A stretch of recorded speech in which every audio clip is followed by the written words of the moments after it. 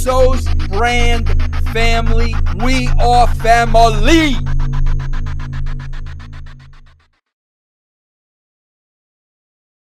I would shove a firecracker up your ass. I would shove a machine gun up your ass, a machete up your ass, a meat cleaver up your ass, a bulldozer up your ass, and a pitchfork up your ass. What is up, our brand family members and viewers? This is Scott Casey Gale here. Here, Will Field number 1 today.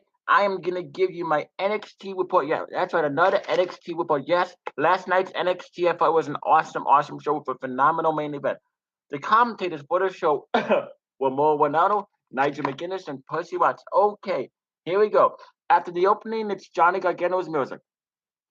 Mo Ronaldo plays his surprise, but damn it, it's Tommaso Ciampa.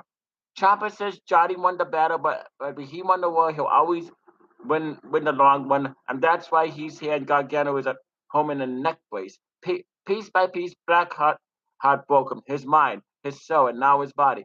Candice LeRae is here. She marches down to the ring and whips the mic away from Ciampa. She asks him who he is. She doesn't recognize what he's become. Tommaso is obsessed with ruining their lives, and she doesn't understand why. The only thing broken here is him. She's done shedding tears for Tommaso. She's done with him. Even though the Gargano shared their life with him, she'll never forgive Ciampa for the monster he's become. And he's always and he'll always know Johnny is better than him. Blackheart back on the stick, saying maybe Gargano was better, but that boy she tells her husband will never be the man he is. And she knows it. That's why he sent his cute blonde wife here instead of coming himself. Ciampa says he's lifted them so he knows Candice is more of a man than Johnny. While he was at the wedding, all he was wondering is how this woman could be marrying such a big that slaps him, and big that slaps him, and then Candice slaps him. Tommaso smiles and leaves him, and Candice storms off him, and Tommy Entertainment says he wins. Great way to start off NXT. Great heel promo from Tommaso Ciampa. Tommaso Ciampa is an amazing heel. Like I said before many times, the guy knows how to draw heel heat. The guy knows how to get the crowd to boom, get the crowd to hate him with a passion. And very passionate promo from Candice LeRae. When she slapped them, and that was a good slap. I mean, him just smirking. Wow. I am loving the Tommaso Ciampa and Johnny Gargano feud. I mean, this feud is definitely one for the books. Tommaso Ciampa is an amazing heel. I think Tommaso Ciampa should be an NXT World Heavyweight Champion because he definitely has the look. He definitely has the build for it. He has great mic skills, very, very great mic skills. So this guy knows how to be a true heel. And then Lacey Evans defeated Brady Lauren via pinfall following the woman's right. Squash, which we saw Evans hit a springboard drop elbow at a moonsault from the second rope, but opted to not cover that, instead pulling Lauren up for a finisher. As Evans exits, Kyrie Sane attacks. She throws Evans into the apron and rolls into the ring, but Lacey bows before she can jump for the insane elbow. It was a good, decent match. This is a good, decent match. But I like Lacey. I like Lacey Evans, and I wonder, and Brandy Lauren. She seems like a good wrestler. But yeah, I really like Lacey Evans. I like her a lot.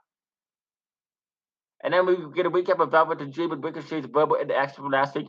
An interview catch-up with NXT champ Aleister Black earlier tonight. He asked about Dunn Ricochet wanting a title shot. He says he's learned he has a target on his back. Everyone's seen what he can do to Velveteen, and it's Ricochet wants to call himself the one and only. He can step in the ring with him and prove it. If either man gets a title shot, they're gonna find out that they're the target. Dakota Kai meets the media. She doesn't know what's up with Nikki Cross. Her focus on the performance on the strength and conditioning. Cross cuts in and widely asks her she's gonna face Shayna Baszler. She tells Kai that with fear comes opportunity. Nikki grabs her by the back of the head and tells her to face her fear. Then laughs and walks off, leaving Dakota with a little shaken and very confused.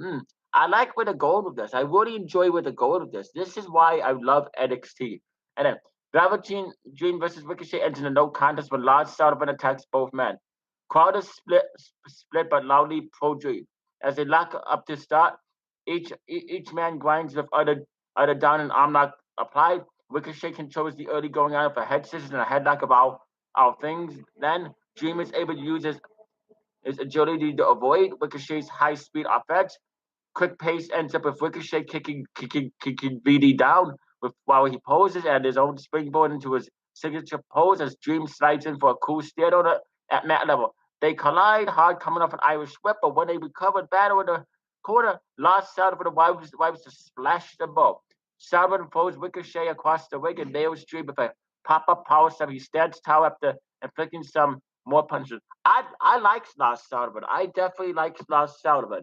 I understand Lars Sullivan is a great heel. He is a monster. I don't care what anybody says. I like Lars Sullivan. I enjoy Lars Sullivan. I think he's a great I think he's a really great heel. He's a monster, and I enjoy him. I enjoy Lars Sullivan. I think he's totally awesome, and he's definitely a monster, and he can wrestle. So yeah. Maybe when Lars Sullivan comes up to the main roster, I'd like to see Lars Sullivan versus Braun Strowman. I definitely want to see that match. That would be a match for ages. And then we have Kona Reeves defeated while Mendoza via pinfall following a Hawaiian drop. Reeves controlled things with size and power, and when that failed, he asked the ref for help and used distraction to grab Mendoza for a headlock. Kona with a reverse elbow drop that he grinds while his face on the mat. A jawbreaker gets Mendoza out $1 million dream and giving him a minute or so offense until he springboards into a boot to set up finish.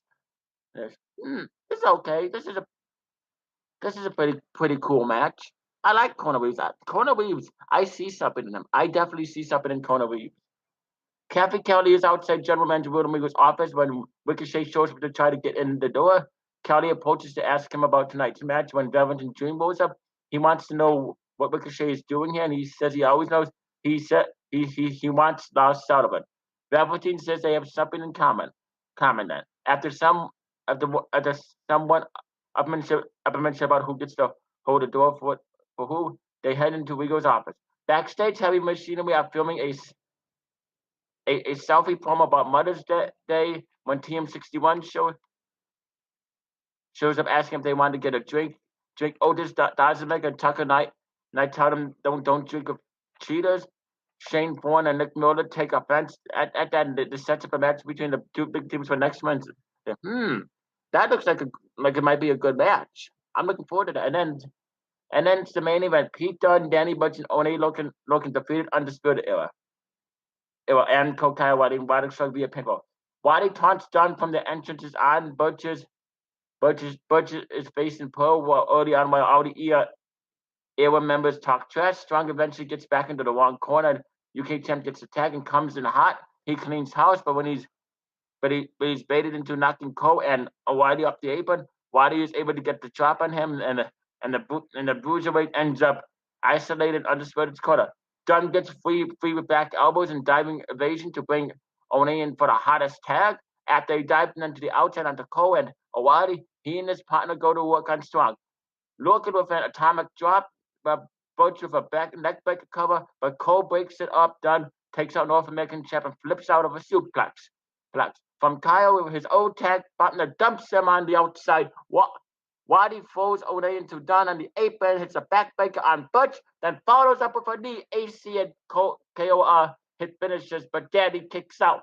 Butch manages to fight up Undisputed by himself and gets a crossface on Kyle. Logan grabs Strong and Dunn takes Cole with all three men in submissions. Strong gets free and knocks the other two into one. And then to break the hold, the two single champs take each other out for suplex that slingshots off the ropes, and it's down to the teams. Waddy inadvertently takes out O'Waddy with a high knee.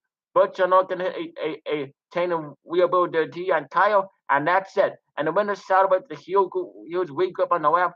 Ronaldo tells Ricochet and James will face Sullivan in the handicap match next week. And I would give this NXT 9 out of 10, 5 stars, 2 thumbs up. Really great NXT. I really enjoyed it. I love NXT. Comment down below in the comment section here on the Russo Brand family. Tell me what you thought about this NXT episode. See, why I like NXT better than the main roster is because NXT, Triple H knows what he's doing. This is why Triple H needs to take ownership away from Vince McMahon and be in charge of the main roster and run SmackDown Live, because Triple H is the guy to turn it on. NXT knows how to use a tag team. NXT knows how to use a women's division. You can watch a women's match in NXT and never be bored. And more Ronaldo's commentaries, it makes it interesting when he tells a story. But yeah, NXT is the show to watch. NXT blows Raw and SmackDown Live out of the water. NXT knows how to use their superstars. Anyway, you stay classy. Shout to the Vince Russo. Shout to the Russo band. Shout to my mom and dad. Shout to my sister Christy, my brother-in-law John, Shout to my niece and goddaughter Little Brooklyn. Shout to my little nephew Jackson. Shout to my little niece Grace. Anyway, you stay classy, live long and prosper, and peace out. And shout to the dog Cooper as well. See you later. See you next week, everybody.